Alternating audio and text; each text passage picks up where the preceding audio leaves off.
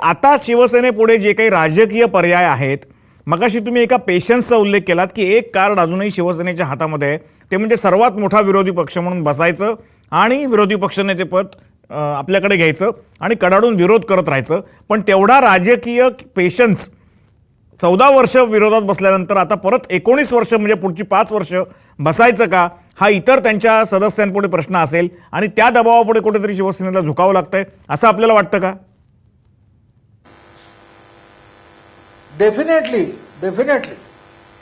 नाही, त्याचं कारण असं भाऊ, शिवसेनेचे काही लोक, हा बोला बोला बोला, हा त्याचं कारण असं आहे की शिवसेनेमध्ये दोन भाग आहेत. एक मैदानात जाऊन काम करणारा आणि काही दरबारी लोक. दरबारी लोकांचा इंटरेस्ट जो असतो तो सत्तेमध्ये असतो आणि सैनिकाचा इंटरेस्ट हा लढण्यामध्ये असतो. आता मुंबईसारखा आपण म्हणतो की 22-25% मुंबईत मराठीचा टक्का राहिलाय, तरीही 14 जागा शिवसेनेने जिंकल्या. या शिवसैनिक राबला म्हणून जिंकलेले आहेत, लक्षात घ्या. अगदी मनसेने मतविभागणी केली, भाजप किंवा इतर पक्षांनाही थोड्या प्रमाणात मराठी मतं गेल्यानंतर देखील एवढ्या 12-14 जागा निवडून आणणं सोपं नाहीये.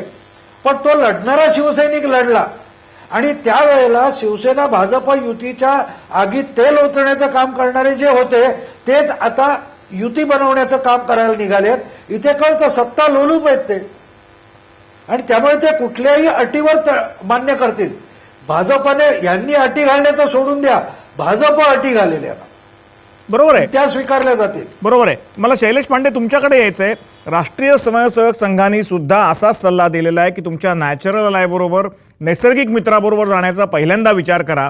पण मगाशी भाऊ तोरसेकर जे म्हणाले की राष्ट्रवादीमधले काही लोक राष्ट्रवादी सोडून हे हळूहळू तिकडे गेलेले होते किंवा निवडणुकीच्या आधी जे गेले ते तर एकदमच तिकडे गेलेले होते आणि त्यांनी तिथे आपलं बस्तान बसवलं होतं, त्यातले बरेच लोक हारले, हा भाग सोडून द्या. पण ह्याच्यानंतर सुद्धा ही ड्रिपिंग थिअरी जी आहे किंवा ड्रॉपआउट थिअरी जी आहे ती घडवण्याची अजूनही एनसीपीची मानसिकता असेल का? त्याचं कारण राष्ट्रीय स्वयंसेवक संघ आणि बीजेपी यांच्यामध्ये सुद्धा ज्या काही मुद्द्यांवर मतभिन्नता आहे त्यात पवारांचा समावेश हा एक महत्त्वाचा मुद्दा असू शकतो. काय म्हणता आपण? अगदी बरोबर आहे तुमचं म्हणणं. मला असं वाटतं की संघाने जो सल्ला दिलेला आहे की आपल्या नॅचरल अलायन्स जो कोणता आहे म्हणजे शिवसेना, ज्याच्यामध्ये त्यांचा हिंदुत्वाचा मुद्दा महत्त्वाचा आहे, त्याच्यासोबत जावं. पण आता नवीन समीकरणांचा जर विचार केला तर मराठी भाषा किंवा हिंदुत्व वगैरे या सगळ्या मुद्द्यांना काही फारसा अर्थ उरलेला नाही. आता सत्ता स्थापन करणे हा त्याच्यामध्ये सगळ्यात महत्त्वाचा निर्णय झाला आहे. तुम्हाला जर आठवत असेल तर एनडीएच्या काळामध्ये शरद पवार हे डिझास्टर मॅनेजमेंट त्या ग्रुपचे चीफ होते, कॅबिनेट रँक होती. बरोबर आहे, कॅबिनेट रँक होती. तर म्हणजे शरद पवारांबद्दल संघ परिवारामध्ये असलेला जो सॉफ्ट कॉर्नर आहे किंवा भारतीय जनता पार्टीमधलेला सॉफ्ट कॉर्नर आहे किंवा शरद पवारांचे त्यांच्याशी असलेले संबंध आहेत, हा काही नवीन विषय नाही आहे. आणि राजकारणामध्ये अशी पडद्यामागची हातमिळवणी ही अत्यंत नॅचरल गोष्ट आहे असं मी मानतो. आणि याच्यामध्ये राजकारणात कोणी साधू संत नसतात असं शरद पवार स्वतःच म्हणतात. आणि राजकारण हा शेवटी सत्तेचा खेळ आहे. त्याच्यामुळे त्याच्यासाठी जर कॉम्प्रोमाइजेस आणि हे सगळं करावं लागत असेल तर ती राजकीय अपरिहार्यता म्हणून आपण समजून घेतली पाहिजे. आता जसं भाऊंनी सांगितलं तर मी त्यांच्या मताशी बऱ्याच अंशी सहमत आहे की आता त्याचा पुढचा भाग असा आहे की 15 वर्ष किंवा बरीच वर्ष आपण सत्तेची सवय झाल्यानंतर, म्हणजे येथे दोन्ही गोष्टी आहेत की शिवसेना 15 वर्ष सत्तेच्या बाहेर राहिल्यानंतर आता आणखी किती काळ सत्तेच्या बाहेर काढायचा हा त्यांच्या पुढचा प्रश्न आहे. आणि एनसीपीच्या पुढचा प्रश्न त्याच्याच सारखा पण थोडा दुसरा आहे की इतकी सत्तेची सवय झाल्यानंतर आपण सत्तेच्या बाहेर राहायचं कसं, अशा प्रकारच्या मला याच मुद्द्यावर शैलेश विचारायचे भाऊंना. भाऊ, कुठल्याही पद्धतीने एनसीपीनी स्वयंघोषित देऊ केलेल्या पाठिंब्याला नाही न म्हणता शिवसेनेला बरोबर घेऊन सरकार स्थापन करण्याचा भाजप विचार करत असेल का? की जे शिवसेनेला संपूर्ण अमान्य असलं तरी त्या विषयात तुम्ही लक्ष घालू नका, तुम्ही मंत्रिमंडळात यायचं तर या, तुम्हाला एवढीच मंत्रिपदं मिळतील, एनसीपीच्या पाठिंब्याचा आम्ही काय तो बघून घेऊ, तो आमचा प्रश्न आहे. या मुद्द्यावर शिवसेनेला भाजपा गप्प बसायला लावू शकते का? नाही, शिवसेना गप्प बसली हे आपल्याला 2 दिवसात दिसलं ना. नाही, पण एनसीपीचा मुद्दा भाऊ एनसीपीचा मुद्दा हा कायम राहणारच आहे, कारण तो शिवसेनेच्या एका मुद्द्यापैकी 2 मुद्द्यांपैकी महत्वाचा मुद्दा राहणार आहे.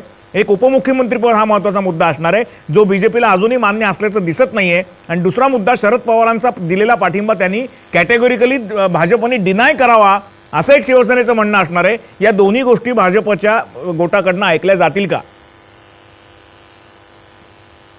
नाही, शिवसेनेने असं कुठचाही त्यांचा पाठिंबा घेऊ नका असं म्हटलेलं नाही.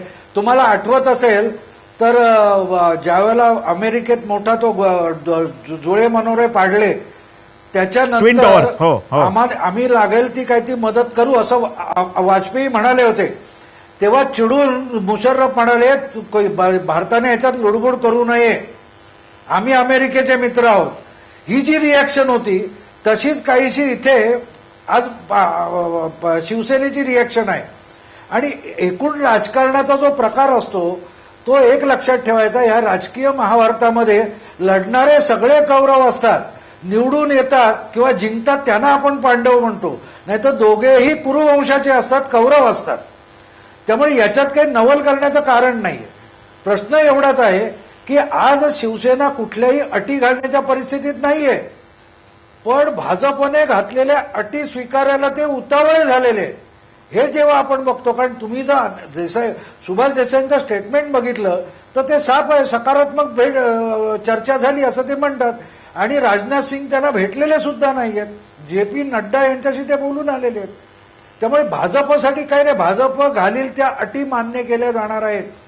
बरोबर आहे, तुम्ही निश्चिंत राहा. बरोबर आहे. भाऊ तोरसेकर म्हणतात ते भाजप ज्या अटी घालील त्या शिवसेनेला मान्य कराव्या लागतील अशी परिस्थिती आहे असं निरीक्षकांना वाटतंय. आणि आपण जे आत्ता बघतो आहोत, नरमाईची भूमिका तर घेतलेलीच आहे, पण शक्यतो लवकरात लवकर भाजपबरोबर ही युती झाल्याची घोषणा व्हावी.